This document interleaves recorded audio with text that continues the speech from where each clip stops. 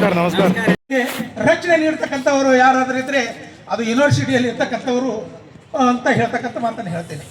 ಯಾಕಂದರೆ ಅಲ್ಲಿ ತಾರತಮ್ಯಗಳನ್ನು ಇರೋದಿಲ್ಲ, ಏನೂ ಜಾತ್ಯತೆ ಇರೋದಿಲ್ಲ. ಇವತ್ತಿನ ಮಟ್ಟಿಗೆ ದಿನನಿತ್ಯ ಸಾಯ್ತಾ ಇದ್ದಾರೆ.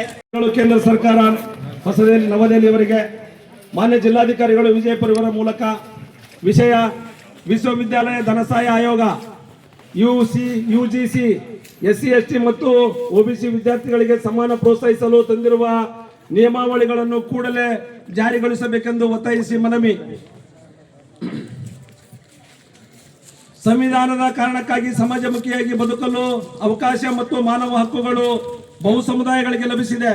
ಶಿಕ್ಷಣದ ಮೂಲಕ ಶತಮಾನದ ಜಾತಿ, ಲಿಂಗ, ವರ್ಗ ತಾರತಮ್ಯದಂತ ದಾರಿದ್ರ್ಯಗಳಿಂದ ಬಿಡುಗಡೆ ಬಯಸಿದ ಕನಸಿನ ಹೃದಯಗಳಾದ ದಲಿತ, ಹಿಂದುಳಿದ, ಬುಡಕಟ್ಟು ಸಮುದಾಯದ ವಿದ್ಯಾರ್ಥಿ ಸಮೂಹಗಳು ಸಂವಿಧಾನ ಜಾರಿಯಾಗಿ 75 ವರ್ಷಗಳ ಸಂದರ್ಭದಲ್ಲಿ ವ್ಯಾಕುಲಗೊಂಡಿವೆ.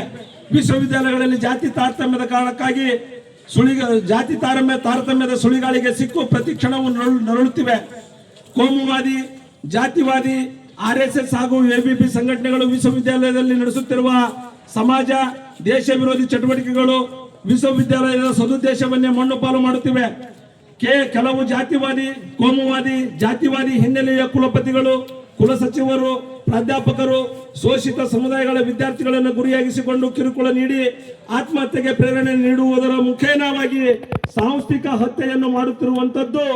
ಇಂತಹ ಘಟನೆಗಳ ಭಾಗವೇ 2016ರಲ್ಲಿ ಹೈದರಾಬಾದಿನ ಕೇಂದ್ರೀಯ ವಿಶ್ವವಿದ್ಯಾಲಯದ ಪ್ರತಿಭಾವಂತ ಸಂಶೋಧನಾ ವಿದ್ಯಾರ್ಥಿ ಸಾಂಸ್ಥಿಕ ಹತ್ಯೆಗೆ ಗುರಿಯಾದ ರೋಹಿತ್ ವೆಮುಲ್, 2019ರಲ್ಲಿ ಮುಂಬೈನ ವೈದ್ಯಕೀಯ ವಿದ್ಯಾರ್ಥಿನಿಯಾದ ಪಾಯಲ್, ಇದೇ ರೀತಿ 2013ರಲ್ಲಿ ಬಾಂಬೆ ವಿದ್ಯಾರ್ಥಿ ದರ್ಶನ್ ಸೋಲಂಕಿ.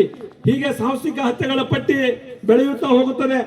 ಇದುವರೆಗಿನ ದಲಿತ ಮತ್ತು ಬುಡಕಟ್ಟು ಹಿಂದುಳಿದ ವರ್ಗಗಳ ವಿದ್ಯಾರ್ಥಿಗಳ ಸಾಂಸ್ಥಿಕ ಹತ್ಯೆಯನ್ನು ಗಮನಿಸಿದರೆ ಆಶ್ಚರ್ಯವಾಗುತ್ತದೆ.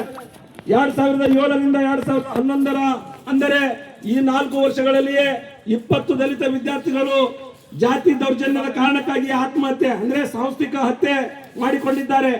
ಕೇಂದ್ರ ಸರ್ಕಾರವೇ ಸುಪ್ರೀಂ ಕೋರ್ಟ್ಗೆ ಸಲ್ಲಿಸಿರುವ ಅಂಕಿಅಂಶಗಳ ಪ್ರಕಾರ IIT, IIM, NIT ಶಿಕ್ಷಣ ಸಂಸ್ಥೆಗಳಲ್ಲಿ 112 ವಿದ್ಯಾರ್ಥಿಗಳು ಆತ್ಮಹತ್ಯೆ ಮಾಡಿಕೊಂಡಿದ್ದಾರೆ ಎಂದು ತಿಳಿದಿದೆ. ಇದು ಸರ್ಕಾರದ ಅಧಿಕೃತ ದಾಖಲೆಯಾಗಿದೆ.